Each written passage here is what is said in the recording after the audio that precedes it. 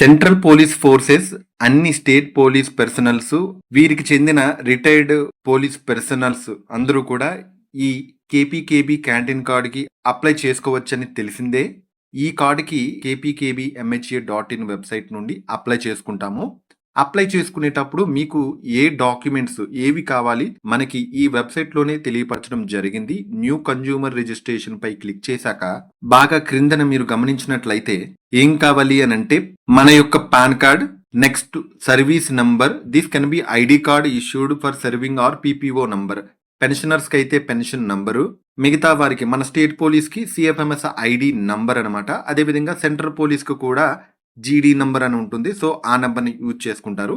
ఆ తరువాత digital photo, అదే విధంగా ఐడి కార్డ్ కూడా, ఈ రెండిటికి కూడా ఒక సైజ్ అనేది ఇవ్వడం జరిగింది. ఫోటోకి అయితే 140 KB ఉండాలి.